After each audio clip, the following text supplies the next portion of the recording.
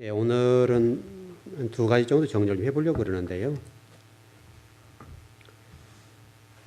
특별히 오늘 3절 말씀 가운데 나의 영이라고 하는 부분과 어떤 수명에 관해서 좀 정리를 해보려고 합니다. 여기 오늘 3절에 나와 있는 여호와께서 이러시되 나의 영이라고 되어 있잖아요. 그래서 히브리어 단어를 찾아보면요, 이게 루아흐라는 단어로 되어 있습니다. 루아흐는 성령이라는 말이잖아요. 그래서 여기를 지금 그러면 어떻게 지금 나의 영이란 말인데 루아흐라고 되어 있기 때문에 성령 이렇게 이제 해석이 가능한데, 성령이라고 이제 해석을 하면 어떤 문제가 발생할까 좀 고민을 해보는 거죠. 우리가 지금까지 성령으로만 알고 있었죠. 이제 이런 질문을 해보면 가능할 것 같아요. 저와 여러분이 하나님의 형상과 모양을 따라서 창조되었죠. 지음 받았어요. 그 하나님의 사람들에게는 성령님이 와 계셔요, 안 계셔요? 계시죠.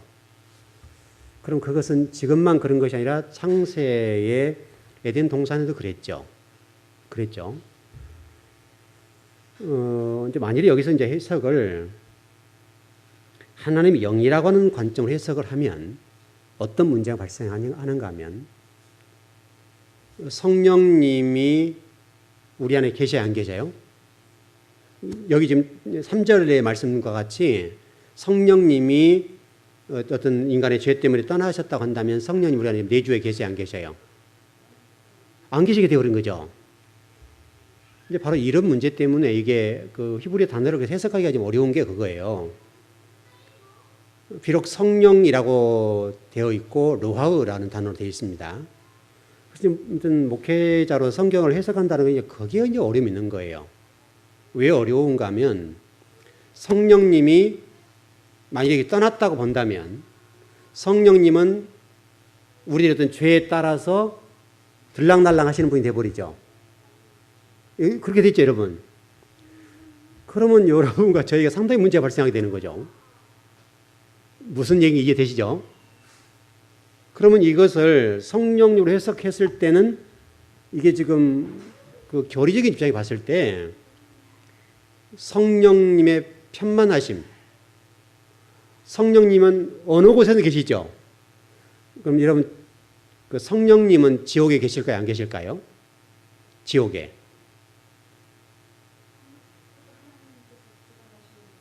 네. 당연히 계시겠죠. 그럼 천국은요? 당연하죠. 지옥이라 그래서 성령님이 안 계신 게 아니라 성령님 자체가 불이잖아요. 그 불의 뜨거움 때문에 견디지 못한다, 그런 얘기 아니에요, 여러분. 지금 이 지옥이라는 곳이. 그러니까 천국도 하나님의 나라고 지옥도 하나님의 나라인데, 다만 예수 그리스도 구주와 주를 믿지 않는 사람들은 그 지옥벌에 떨어진다, 그 말 아닙니까, 여러분? 그렇게 됐죠. 그러니까 이 3절을 이해할 때 성령이라고 해석을 해버렸다고 한다면, 해석을 하면 하나님의 영이, 하나님이 떠났다가 다시 들어와야 되는 이런 부분이 생기게 되고, 그러면 성령님의 편만하심, 어느 곳에든지 계시는, 여러분 믿지 않는 곳에 성령님이 계시 안 계셔요? 계시죠? 정리되시죠? 그래서 이 본문의 말씀을 여러분과 제가 그동안에 배웠던 대로 성령님이라고 해석을 무조건 해왔잖아요. 우리가 해왔으니까 뭐 그래서 문제는 본질적으로는 같은 겁니다. 본질은 같은 건데 우리 지금 교리적인 입장에서는 좀 성경을 명확하게 해보자, 이런 측면입니다. 그래서 이 본문이 성령님이라고 해석을 해버리면, 그러면 하나님의 편재성 또 제한성, 하나님이 어떤 경우는 제한되는 경우가 있다, 이 말이죠. 이런 문제 때문에. 그래서 하나님의 제한성과 편재성이라고 하는 이런 교리적인 오류가 생긴단 말이죠. 여러분, 그 들어보니까 좀 그렇지 않습니까, 여러분? 공부를 해보니까 좀 그렇죠. 그러니까 이 본문의 말씀을 우리 좀 이해를 잘 하면 좋겠는데, 바로 이 말씀을 성령님이라고 해석을 하기보다는 이것을 하나님의 생명력, 어떤 하나님의 생명력이랑 똑같습니다. 이게 바라크란 단어를 단어 복이란 단어 자체가 바라크란 단어로 해석을 해서 이 본문을 하나님의 생명력이라고 해석을 하면 그러면 좀 조금 부드럽죠. 교리적으로도 성령님이 왔다 갔다 하신 분이 아니되고 편재성과 또 제한적인 이 부분이 해소가 된다 이 말이죠. 이게 옳고 그름의 문제를 떠나서 우리가 조금 성경을 좀 교리적으로라도 또 성경이 전체적으로 창세기 요한계시록까지 정리했을 때 무리 없이 해석을 하려고 하면 이 루아흐라는 단어로 바람 또는 영혼 또는 성령 이렇게 해석이 가능한데 그렇게 해석하기보다는 하나님의 생명력이라고 해석을 하면 여러분 그 땅으로서 올라온 먼지 그때 여러분 공부했었지 한번 하나님 생명력 그 부분 공부했는데 바로 그 부분 그 하나님의 생명력이 아담과 하와가 범죄함으로 인해서 떠나버렸다. 이렇게 해서 죽은 사람이 되는 것이죠. 여러분 정리 잘 하셔야 돼요. 그렇게 일단 정리를 좀 해보면 공부를 해보죠. 왜 이렇게 고민하게 되는가 하면 성경을 공부하다 보면 고민이 되는 것이 성령님의 편재성이라고 하는 것은 어느 곳에든지 항상 계셔야 된단 말이죠. 심지어 지옥이라도 계셔야 된다고요. 천국도 계셔야 되고 또 믿지 않는 사람들에게도 계셔야 되죠. 그 장소. 지금 여기 성령이 계셔요? 안 계셔요? 계시죠. 편재성. 여기 계시지만 그럼 북한에는 성령이 계셔요? 안 계셔요? 계시죠. 그 편재성이라고 하는 것은 우리 인간의 어떤 무엇 때문이 아니라 하나님의 편재성으로서 어느 장소, 어느 상황에 관계없이 항상 계시는 분이라는 말씀이죠. 그렇게 보니까 좀 그렇게 보고 자 오늘 공부를 좀 들어가 보죠. 여러분 오늘 그 노아라고 하는 부분, 노아라고 하는 심판의 근거가 결국 최후 심판과 연결되는 부분인데 하나님의 아들들과 사람의 딸이 결혼하는 것이 노아 심판의 근거가 됐죠. 그런데 여러분 성경이 여기에 대해서 하나님 아들과 사람의 딸들이 결혼했다는 것에 대해서 뭐가 잘못됐다라고 하나님 말씀하신 게 있어요 없어요? 여러분 1절 2절 다시 한번 보시죠. 창세기 6장 1절 자세히 보시라고 그랬어요 아까. 창세기 6장 1절 2절 한번 보시죠. 예, 같이 한번 시작. 사람이 땅 위에 번성하기 시작할 때에 그들에게서 딸들이 나니 하나님의 아들들이 사람의 딸들이 아름다움 보고 자기들이 좋아하는 모든 여자를 아내로 삼는지라. 하나님이 하나님의 아들들과 사람의 딸들이 결혼한 것에 대해서 너 이거 잘못됐다라고 한 말씀이 있어요 없어요? 없죠. 없단 말이에요. 그러니까 분명히 심판의 근거는 1절 2절이 심판의 근거인데 뭐가 잘못됐단 말이 없단 말이에요. 뭐가 죄다른 말이 없단 말이에요. 지금 여기 본문에서. 그래도 불구하고 분명한 사실은 노아 홍수의 심판의 근거는 하나님 아들들과 사람의 딸이 결혼하는 것이 심판의 근거가 됐죠. 잘했다 잘못했다 무엇이 잘못됐다는 말은 없지만은 그러나 분명한 사실 하나님의 아들들과 사람의 딸들의 혼인이 왜곡됐다 이 말이죠. 왜곡이 문제지 지금 이거 심판이 근거가 됐다 이 말이에요. 그러나 하나님은 분명히 이 본문에서 너희들 이것 때문에 너희들 심판해 라고 말씀하지는 않았단 말이에요. 그 결혼의 왜곡성 이 본문에 관해서 그렇게 설명이 되어 있고 이 부분이 이제 우리 요한계시록에서는 혼인잔치 어린 양의 혼인잔치로 성경이 끝나버리죠. 그래서 이 창세기부터서 이 결혼이라고 하는 것이 얼마나 중요한가 보여주는 건데 이 결혼이라고 하는 것은 일단 우리 성경 전체를 정리를 해보면 이 결혼이라고 하는 것은 남녀가 결혼한 것을 잘못했다 이런 말이 아니라 이 결혼이라는 걸 통해서 하나님이 뭔가를 말씀하시려고 하는 게 있다 이 말이죠.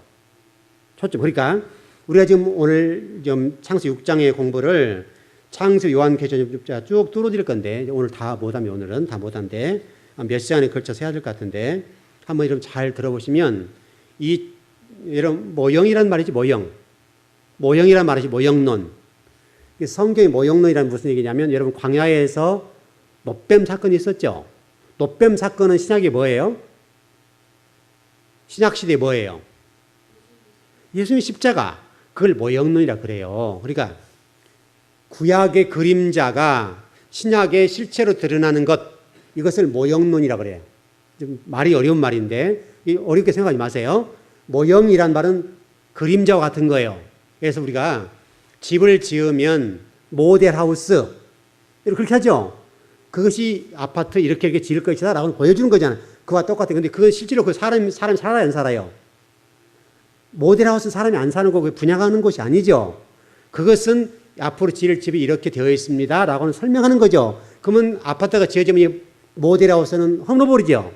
그와 똑같다 이 말이에요, 여러분. 그러니까 광야의 노뱀 사건은 신약시대 예수 그리스도의 십자가 이 말이다 그 말이죠. 자, 그러면 이런 공부를 또 해보죠. 여러분, 지금 그 예루살렘 성전이 누구 소속으로 되어 있어요? 무슬림, 모스크바 돼 있죠? 그럼 여러분 생각해 보세요.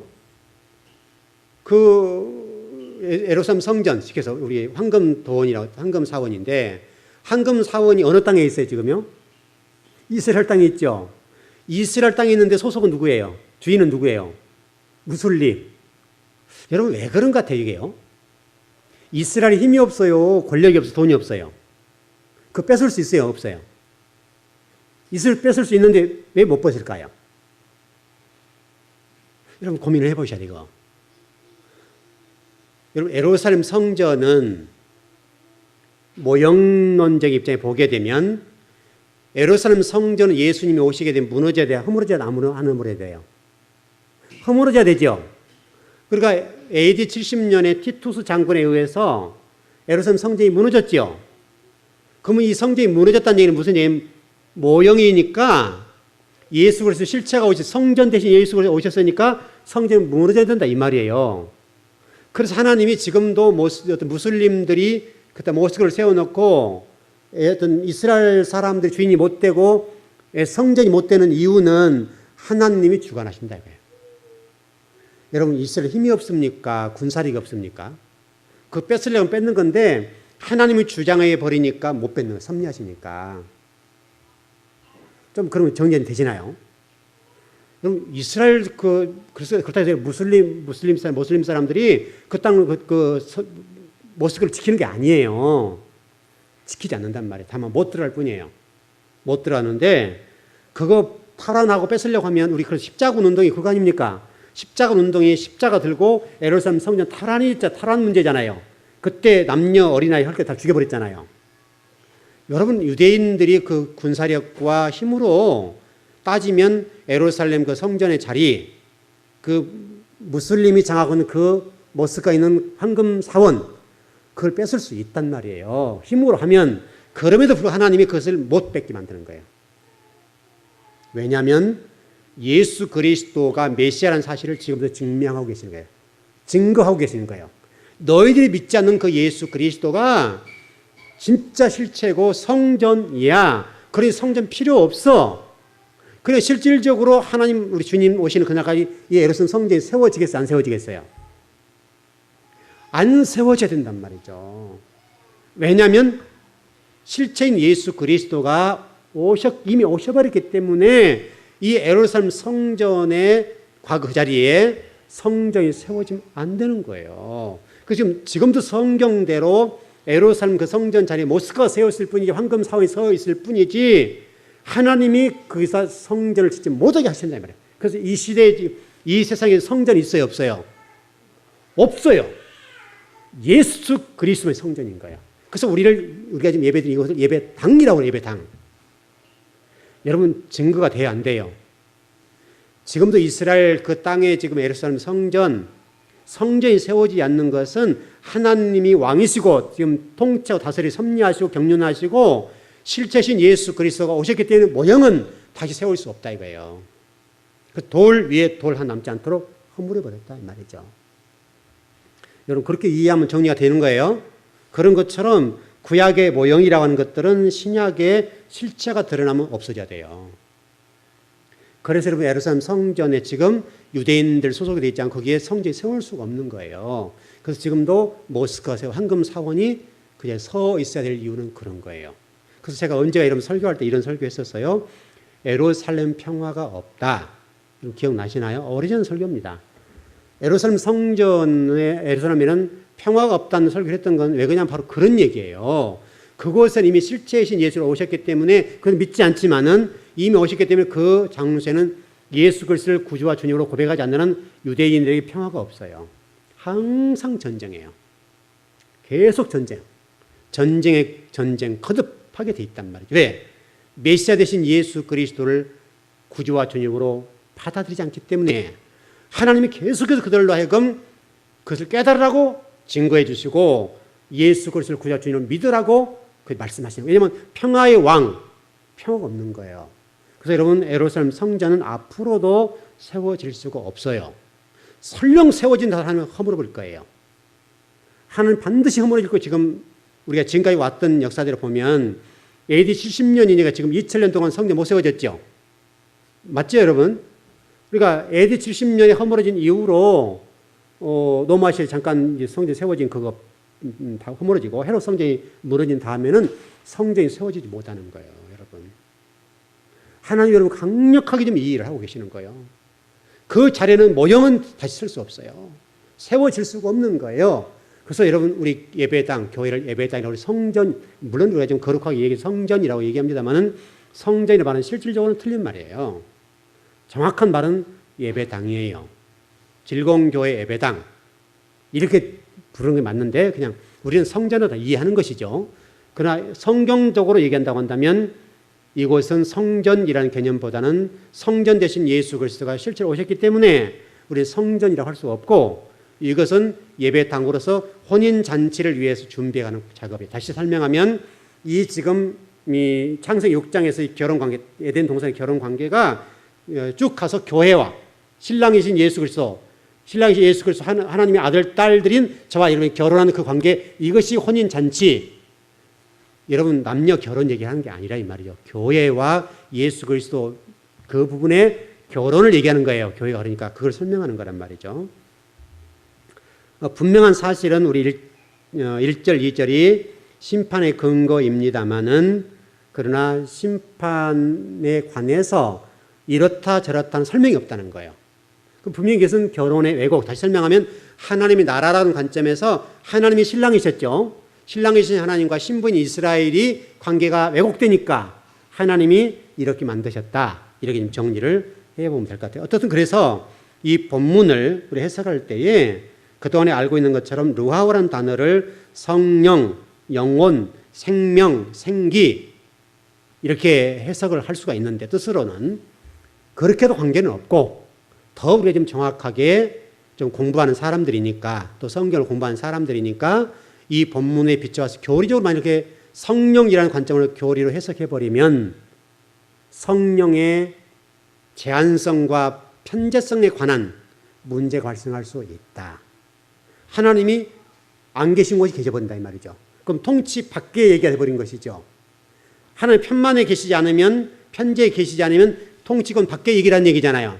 그런 측면에서 이 본문을 성령으로 해석해도 무리는 없으나 명확하게 하자면 하나님의 생명력이라는 관점으로 다시 생명력이란 바라크, 복, 영생, 그 뚫고 들어오는 생명 우리 마태복음 13장에 우리를 뚫고 들어오시는 그 생명 그렇게 해석하는 것이 오해의 소지가 좀 줄어든다. 이렇게 좀 정리를 하시면 될 것 같습니다. 여러분 정리되시죠? 이거 그다음 다른 분에게 자꾸 이거 이렇다로 저렇게 하지 마세요. 다른 교인들한테는 우리 목사님 그러더래 이렇게 하지 마시라고요. 여러분만 알고 계세요. 또 자꾸 이러면 복잡해지니까. 여러분 제가 가르치는 게 틀린 것 같아요? 맞은 것 같아요? 무리 없죠? 여러분이 이성질 판단했을 때 별 무리 없게 정리되시는 것이죠. 성령을 해도 문제는 없으나 그렇게 좀 오해의 소지가 생기니까 이렇게 되어서 어떤 절대자의 통치 이런 부분들이 이렇게 영향을 미쳐야 된다라고 하는 것으로 좀 정리를 하신 것이 좀 바른 해석 같다. 만일에 성령이 가셔버렸다라고 본다면 하나님의 영향력이 미치지 않는 장소가 되어버리죠. 만일 이곳에 예배를 드리고 하나님이 떠나셨다 이거예요. 그러면 하나님의 통치 밖의 영역이 되는 거예요. 그렇게 되면 성경적으로 창세기 요한계시록 전체를 봤을 때에 조금은 문제가 있다. 이렇게 좀 정리를 하시면 될 것 같아요. 좀 넘어가 보죠. 여러분, 그 다윗이 이런 고백을 한 적이 있습니다. 주의 성령을 거두지 마옵소서.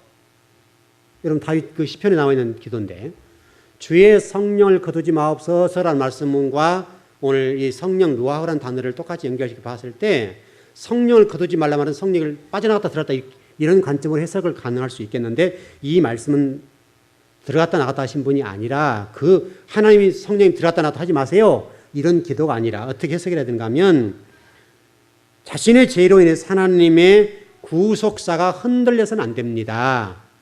라고 하는 것으로 해석해야 명확해진다. 만일에 성령님이 들어왔다 나갔다 해버리면 제한적 존재, 이런 관점으로 해석이 되니까, 그래서 어떤 주의 성령을 거두지 마옵소서라고 하는 말은 성령님이 들어왔다 빠져나갔다 들어왔다 빠져나갔다 이렇게 제한적인 하나님으로 이해할 것이 아니라 다윗의 죄로 인해서 하나님의 구속사가 흔들리지 않게 해주세요 라고 해석을 하면 성경에 무리 없이 해석이 되고, 더 나아가서 교리적으로도 오해의 소지를 좀 없앨 수가 있겠다. 그래서 여러분, 이 부분을 하나님의 생명력으로 보자. 생명력으로 보아서 해석을 하게 되면 좋을 듯 싶다. 그래서 여러분, 그 창세기 2장 3절에서도 복이라는 단어, 바라크라는 단어인데 그게 생명, 그 다음에 거룩, 그 다음에 안식, 그렇게 나가죠. 그래서 여러분, 거룩이라는 단어는 우리 데살로니가전서 4장 3절에서 뭐라고 되어 있습니까? 하나님의 뜻이라고 되어 있고, 이 복이라는 단어는 바라크라는 단어인데 물질적인 복을 말씀하는 것이 아니라 생명. 그래서 제가 이제 생명이라고 그랬죠, 여러분. 과거에 여러분 제가 그 공부할 때에 그 바라크라는 단어를 물질적인 측면의 복을 말씀드린 것이 아니라 우리의 생명, 하나님의 생명력, 그렇게 해석해서 이 주일 성수의 문제가 영혼의 죽고 사는 문제와 연관되어 있다. 그리고 우리의 거룩의 문제, 그리고 안식하는 문제. 안식이라는 말은 중요하잖아요. 안식은 여러분 아무나 못해요. 여러분, 오늘 많이 성일을 하십시다. 오늘 성일인데 내일 1억을 누군가를 줘야 돼요. 그러면 여러분 안식할 수 있어요, 없어요?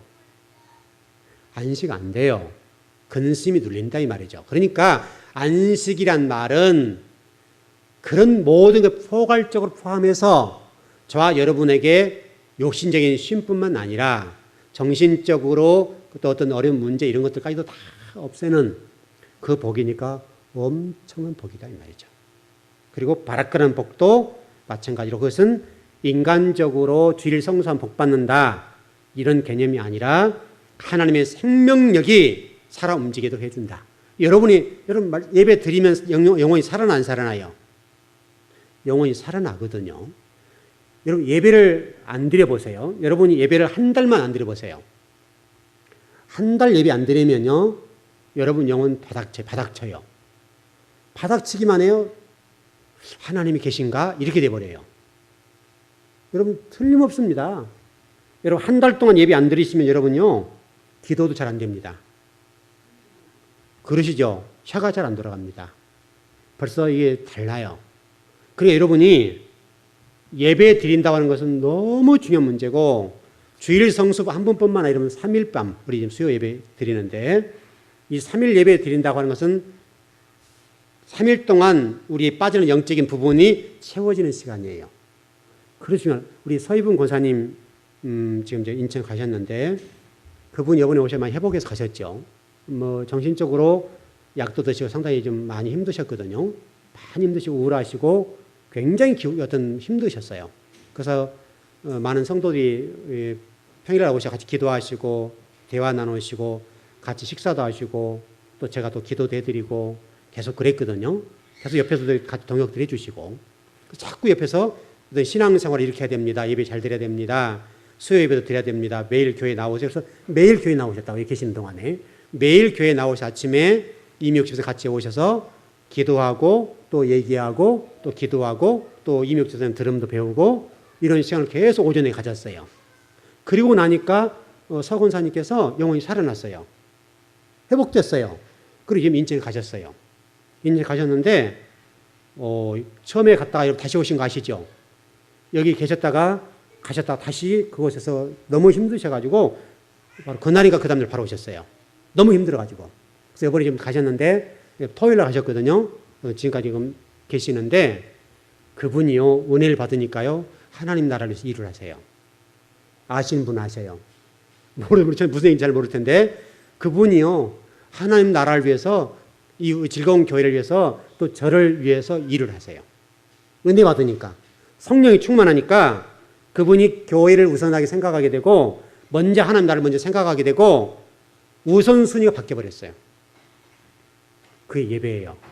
매일매일 교회에 나와서 여러분 기도한다는 건요 어마어마한 복이에요. 그 영혼이 엄청나게 힘들고 시달리고 영적인 문제로 정신적인 문제로 굉장히 우울증에 이런 문제로 항상 방에 쭈그리고 앉아 계셨던 분이거든요. 근데 이제 햇빛도 쬐시게 되고 여기 가서 기도하시고 우리 성도 동역해 주시고 그런 과정 속에 영혼이 막 살아나는 거예요. 살아나서 회복이 됐어요. 가셨어요. 그래서 지금 저도 엊그제 통화를 했는데 이제 괜찮으시다고 그래요. 여러분 기도를 하셔야 됩니다. 꾸준하게 동역해 주셔야 돼요. 그래서 계속 기도하겠습니다 라고 했는데 이렇게 중요한 거예요. 20년 동안 약을 드셨어요. 우울증에 관련된 약을 20년 드셨고 요즘 근래가 상당히 심각했어요. 굉장히 심각했어요.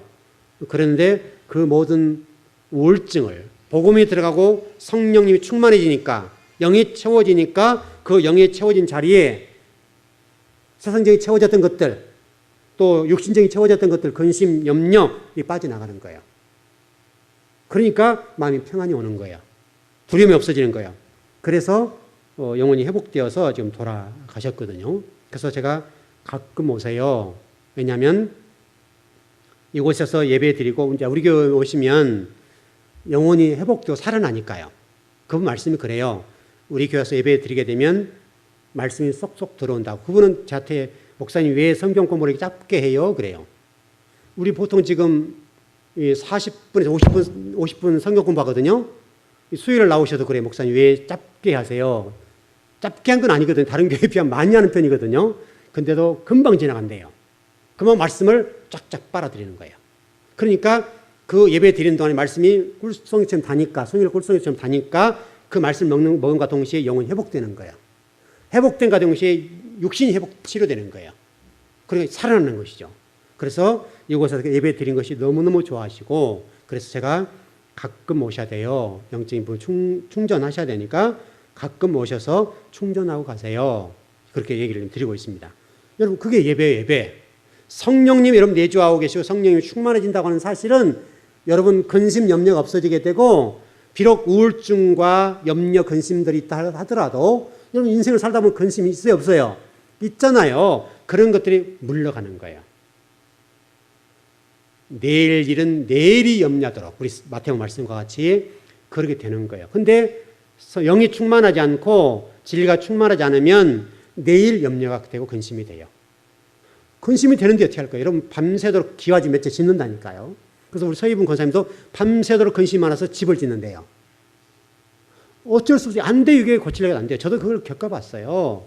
저도 청년 때 그런 일을 많이 겪어봤고 주의 길 어떻게 가야 될 것이며 고민들, 인생에 대한 고민들 하고 그러면서 굉장히 그런 잠 못 이루는 밤들이 많았어요.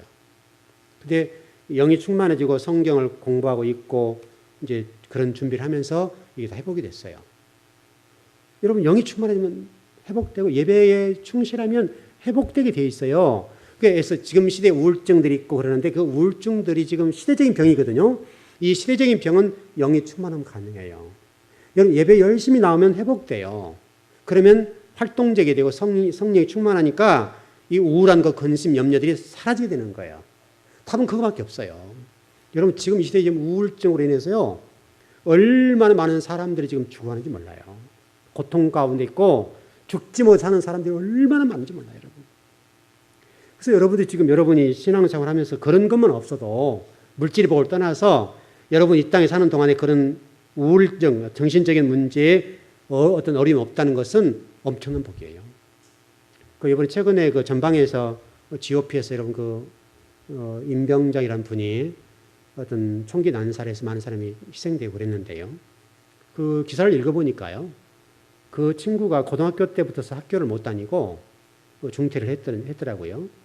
그 친구가 이게 왕따 비슷한 그런 것이 있었는데 계속 집에서 뭐만 하냐면 컴퓨터, 게임만 했다는 게임만.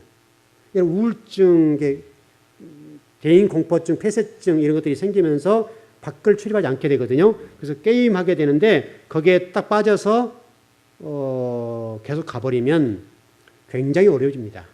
이런 사람들이 대부분 잘못되어서 세상을 잘못 마감한 경우들이 너무 많아요. 이런 사람들이 사회에 적응 못해요. 어떤 집단적인 생활을 절대 못해요. 이게 굉장히 어려운 문제예요. 그러니까 여러분이 지금 여러분에게 그런 것만 없이 평안하게 살 수 있는 복이 주어졌다는 사실 자체만 해도 그건 엄청난 복인데 그것은 복, 바라크, 하나님의 생명력, 그 생명력 때문에 여러분이 그런 거예요. 여러분이 그 복이 있다는 거 너무너무 감사하셔야 돼요. 그리고요. 여러분들이 평소에 하나님의 생명력을 유지하는 방법은 예배밖에 없다는 것을 잊지 않으셔야 됩니다. 예배 부지런히 나오면 영혼에 시험 들지 않고 영이 평안해지고 우울하지 않고 근심이 있지만 염려가 있지만 근심, 염려가 안 돼요. 안 되게 돼 있다고요. 여러분도 근심 많지만 저도 마찬가지죠. 어찌 보면 제가 여러분보다 훨씬 더 근심이 많을 수 있어요. 교회에 이루어지는 생각들, 성도 한 분 한 분이 다 그렇잖아요. 다 나름대로 어떤 기도해야 될 제목들이 있고 나름대로 다 그런 것들이 많기 때문에 이런저런 일 신경 쓰다 보면 정말 근심, 염려들이 많아요. 근데 제가 목사로 살아면 감사한 것은 그런 부분이 저에게 와서 근심과 염려로 있지 않다는 게 감사해요. 전혀 제게 그게 없어요. 내일 일에 대해서 근심, 염려가 안 돼요. 생각은 되지만 여러분 교회 생각하면 그 생각도 못하면 안 되죠. 그 생각을 하는데 근데 근심하고 염려는 안 돼요. 그 부분은 하나님 알아서 하시겠죠. 지금까지 아버지 하셨는데 지금까지 즐거움에 끌고 오셨는데 언제 우리 사람 의지한 적이 있었던가? 한 번도 사람 의지한 적이 없다고요. 그렇기 때문에 그런 부분은 그냥 아버지 맡겨놓은 제가 할 수 있는 일이라도 제가 해야 되는데 제가 할 수 없는 일들이에요. 그건 제가 할 수 없는 일이니까 맡겨드린 거예요. 알아서 하시라고. 그렇게 돼요. 그래서 여러분 예배를 잘 드리고 성경을 알면 알수록 하나님을 알아가면 알아갈수록 여러분이 앞으로 내일 문제가 염려되지 않고 근심되지 않고 그냥 안 돼요. 그냥 안 돼. 그 염려가 안 되고 근심이 안 되는데 어떻게 할 거예요? 그게. 염려와 근심이 되는 것은 어쩔 수 없잖아요. 또. 근데 안 된단 말이죠. 진리 말씀이 우리에게 충만하게 되고 하나님 영이 충만하게 되고 하나님을 알아가면 알아갈수록 더 많이 알면 알수록 그런 염려와 근심이 없어져요. 자연스럽게. 여러분도 그 복을 좀 꼭 받으십시오. 그 복 받으셔야 돼요. 정말 그 복을 받으셔야 돼요. 한번 그때 목사님 이런 거였구만. 그날이 올 거예요. 여러분 가운데 그런 걸 경험한 분도 있을 거예요. 체험한 분도 계실 텐데 여러분 한번 해보세요. 너무 편하고 좋아요. 여러분 내일 모레 생각하면 이게 머리가 지끈지끈 아파요. 근데 그것을 염려한다 해결될 것 같으면 지끈지끈 해야죠. 근데 지끈지끈해도 안 돼요. 맡기는 거예요. 하나님이 여러분들에게 주신 이 생명력을 여러분의 소유함으로 인해서 구원받는다는 것. 이 생명력이 떠났던 부분이 예수 그리스도를 그의 주님을 믿음으로 하는 생명력이 들어왔죠. 생명. 그게 들어온 거죠, 여러분. 그래서 여러분이 지금 구원받는 백성이 된 거 아닙니까? 그렇게 되면 정리가 되시죠? 그래서 창세부터 여기까지 조금 정리해 보니까 성령으로 해석하기보다는 그렇게 해석하는 것이 더 바르지 않겠나. 일단 그렇게 좀 정리를 해 보시죠. 그리고 한 가지요. 여러분 지금 그 창세기 6장 3절에서 마치 우리 지금 성경을 읽어보면 우리 인간의 수명이 120년 기간이다라고 좀 정리가 되거든요. 문구가 그렇게 있죠, 지금. 그래서 물론 이제 120년 후에 그 심판이 이어졌습니다만은 여러분 창세기 11장을 한번 읽어보시면 한번 찾아볼까요? 11장을 찾아보시죠.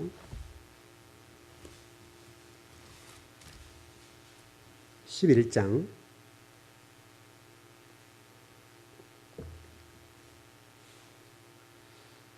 11절을 한번 보시죠. 셈 족보의 아르박삭 얘기인데, 자, 시작. 아르박삭은 낳은 후에 500년을 지내며 자녀를 낳았으며, 그리고 여러분 그 뒤에도 보시면 한번 보세요. 쭉 좀 보시죠. 그 셀라 13절, 셀라를 낳은 후에 몇 년을 지냈다고요? 403년을 지냈고, 그리고 17절 벨렉을 낳은 후에 몇 년을 지냈어요? 430년. 그렇게 돼 있죠. 그리고 21절 수룩을 낳은 후에 얼마를 지냈어요? 207년. 그리고 좀 지나버리죠. 마지막 절을 보시죠. 32절 데라는 몇 살에 죽었어요? 205세에.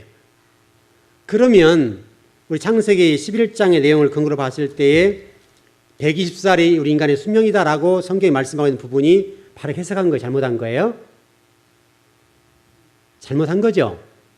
왜냐하면 노아 홍수 이후에 11장 노아 홍수 이후죠. 바벨탑 사건이니까 노아 홍수 이후에도 400년, 500년 산 사람이 있었단 말이에요. 그러니까 이 창세기 6장에 말씀하는 120년이라고 하는 것은 단순히 인간의 수명이 120년이다. 물론 지금 우리가 120 살기 쉽지 않지만 그런 관점에서 해석해 보면 그런 부분도 있겠지만은, 그러나 이 창세기 6장 3절에서 말씀하는 120년이라는 기간은 인간의 수명이 120년이야 라고 잘랐단 말은 아니라 이거예요. 그렇게 말씀한 것이 아니라 하나님이 노아에게 인간을 심판하는 기간을 정해 주신 건데 120년 동안 하나님의 심판을 유예해 주었다.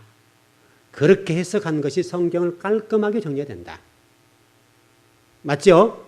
그렇게 해석하지 말고, 이 바벨탑 사건, 노아 홍수 이후에 바벨탑 전에 인간의 수명이 500세, 400세, 300세 이런 연도를 살았던 걸 보게 되면 우리가 120년의 인간의 수명이라고 하는 것이 노아 홍수 이후에도 그대로 되어 갔다. 이렇게 보는 것이죠. 물론 지금은 이제 과학이 발달하고 것이 발달되었습니다만은 그렇게 살지 못하는 건 사실이죠. 이제 그만큼 우리에게 죄가 좀 많이 들어왔고, 물론 지금 이제 수명이 조금 더 늘어나는 과정 속에 있죠.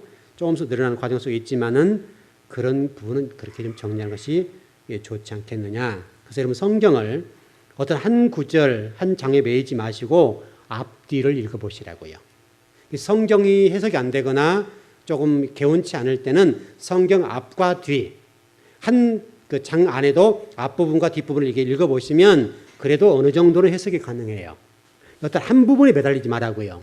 한 부분에 매달리면 잘못하면 성경을 곡해할 수가 있어요. 자의적인 해석이 가능할 수가 있어서 그렇게 해석하기보다는 성경을 해석하려고 할 때는 앞과 뒤를 보고 또 구약이면 신약을 좀 보고 그렇게 해석해서 성경을 풀어가는 것이 곡해하는 문제에 있어서는 해석이 좀 잘 될 수가 있다. 이렇게 좀 정리를 할 수가 있습니다. 그러나 분명한 사실은 우리가 이 노아 홍수 사건을 통해서 깨달아야 할 것은 뭐냐면 하나님은 오래 참으신다. 우리가 비록 죄를 짓고 하나님을 떠나 있지만은 오래 참으신 하나님, 그분을 설명하는 것이고, 그러나 분명한 사실은 이 혼인잔치의 왜곡이라고 하는 것은 반드시 심판의 근거가 된다. 심판의 근거. 여러분이 신부로서 하나님과 신랑의 관계가 왜곡될 때, 잘못될 때는 우리가 좀 이렇게 표현하면 되겠네요. 신랑이신 예수 그리스도 또 신부인 우리가 외에도, 우리가 좀 이스라엘 백성이 우상 숭배하는 거 이렇게 보는 건데, 외에도 하나님의 이 신랑으로서 하나님, 신랑으로서 예수 그리스도와 이 관계를 떠나서 세속적이나 세상적이거나 이런 쪽에 빠지게 되면 이것은 외도가 된다. 외도가 되어서 관계가 깨어지니까 이것은 왜곡이 오니까 여기에는 하나님이 심판이 온다. 그럼 되겠죠. 그래서 여러분들이 지금 현재 신앙생활 하시면서 잊지 말 것은 이 부분이에요. 노아 홍수 때에 그 사람들이 노아를 통해서 말씀을 전에는 불구하고 무감각하고 진리 말씀 듣지 못해서 심판의 근거가 돼서 죽었는데 지금 이 시대도 동일합니다. 지금 이 시대에도 노아 시대와 다르지 않습니다. 그래서 노 때를 기억하고 노아라고 하는 부분을 우리에게 늘 말씀하시면서 노아의 때를 잊지 말라고 말씀하시고 노아의 최후 심판 때가 노아 때와 같다라고 설명을 보게 되면 지금 우리 성도들과 그리스도인들 봤을 때에 노아의 경고는 지금도 요요하고 있다. 지금도 그대로 증거되고 있는데 다만 우리가 하나님이 참으신다는 그 부분을 잊지 못하고 하나님이 이런 거 심판하지 않으셔 라고 이해를 하는 경향이 있다. 그러나 하나님 여러분 지금 현재도 마찬가지인데 우리 동양식으로 정리했을 때 동양 사상적으로 3세판까지 하나님이 그 부분은 이렇게 가시지만 그거를 넘어서 버리면 아버지가 돌격하신다. 돌격할 때는 이것은 걷잡을 수가 없어요. 그때는 어떤 방법으로도 답이 나오지 않아요. 그래서 여러분들이 정말로 잊지 말 것은 설령 죄를 짓더라도 거기까지 가면 안 돼요. 거기 가면 안 되고 돌이킬 수 있는 지혜가 있길 바랍니다. 여러분 노아 홍수의 경고는 절대 잊으면 안 돼요. 노아 홍수의 이 심판의 경고는 지금 이 시대에도 많은 죄의 종들을 통해서 그대로 선포되고 있어요. 그래서 우리는 평안하다, 안전하다. 여기를 붙잡으니까 큰 문제가 되는 거예요. 그래서 우리 지금 신앙생활을 그래서 잘못해버리는 거예요. 너무나 이 가인의 힘의 원리를 추구하고 이 세상의 명예와 부귀와 유명한 자가 되고 싶어하고 네피림이 되고 싶어해요. 용사가 되고 싶어해요. 여러분 출애굽기 제가 일전에 14장에 가서 용사는 누구밖에 없으시다고요? 하나님 한 분이에요. 우리가 용사가 되면 절대로 안 돼요. 그것은 아버지가 용서가 안 되는 부분이에요. 좀 결론을 정리해 보시죠. 이스라엘 백성들이 바벨론 포로나 디아스포라의 1000년 동안에 개와 돼지처럼 살았는데 그 모든 것은 결국은 혼인의 왜곡, 하나님과의 결혼 생활의 왜곡, 이 문제예요. 결국 다 정리됐죠, 거기서. 이 하나님과의 결혼 관계 왜곡에서 디아스포라 1000년 동안에 개, 돼지처럼 살았고 바벨론 포로 70년 동안 처절한 고통을 겪었어요. 이 처절한 고통을 겪으면서도 또 돌아서서 또 하나님과 이 혼인관계가 왜곡되니까 디아스포라로 1000년 동안 개와 돼지처럼 흩어버렸어요. 전 세계로 흩어버려서 유대인들이 너무 짓밟혀버린 거예요. 여러분, 600만 학살 사건도 다 마찬가지. 이런 것들 다 그런 문제예요. 이 모든 문제가 결국은 혼인관계 왜곡의 문제. 하나님과 여러분과의 이스라엘과의 혼인관계 왜곡에서 하나님이 심판할 수밖에 없는 그 단계에 가버린 거예요. 이것은 비극적인 것이다. 여러분에게는 혼인관계의 왜곡이 오지 않도록 경성하고 깨어있기를 바랍니다. 혼인관계 왜곡은 마지막 우리 21장, 20장에서 이 어린 양의 혼인잔치 그 결론인데 그가 끌고 갈 겁니다. 끌고는 가겠지만은 그러나 만일 여러분들이 무감각하고 가인의 힘의 원리를 추구하게 됐을 때는 대가는 지불한다. 대가를 지불할 것이고 또 하나님이 들어오신 부분이 있으니까 여러분이 그 당하지 않기 위해서라도 또 바라크란 복을 받기 위해서라도 또 거룩이란 것과 안식의 복을 받기 위해서라도 혼인관계를 잘 유지하길 바랍니다. 혼인관계를 잘 유지하시면 하나님 여러분들 기쁘게 받으실 겁니다. 그 복이 꼭 있길 바랍니다. 예, 기도하겠습니다.